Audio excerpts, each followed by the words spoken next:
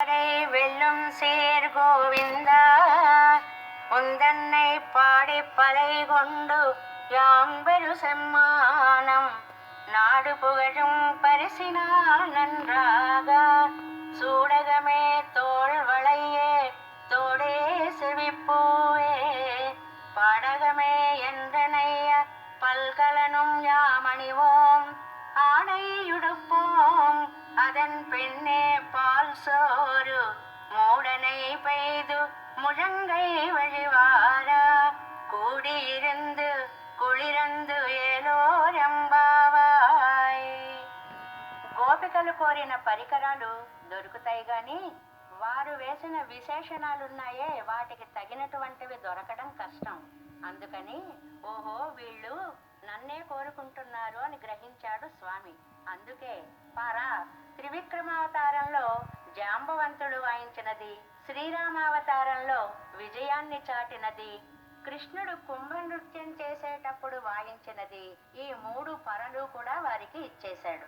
మంగళాశాసనం చేయడానికి విష్ణు చిత్తులు అయిన పెరియాళ్వార్లనే ఇచ్చాడు. శ్రీ మహాలక్ష్మినే మంగళ దీపంగా అర్పించాడు.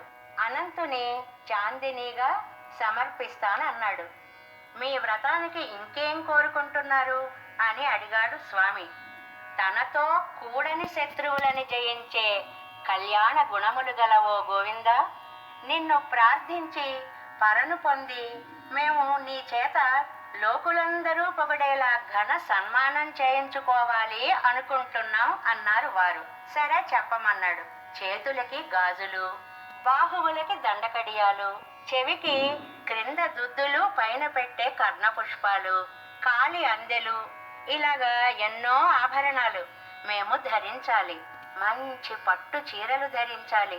తరువాత పాలు అన్నం మునిగేలా నెయ్యి పోసి వండిన మధుర పదార్థాన్ని మోచేతుల నుండి కారేలాగా నీతో కూర్చుని చల్లగా హాయిగా భుజించాలి. అదే మా వ్రతానికి ఫలం అని గోపికలు తమ మనస్సులో మాటని స్వామి ముందు నెమ్మదిగా చెప్పారు అంటుంది గోదామాత ఈ పాసురంలో.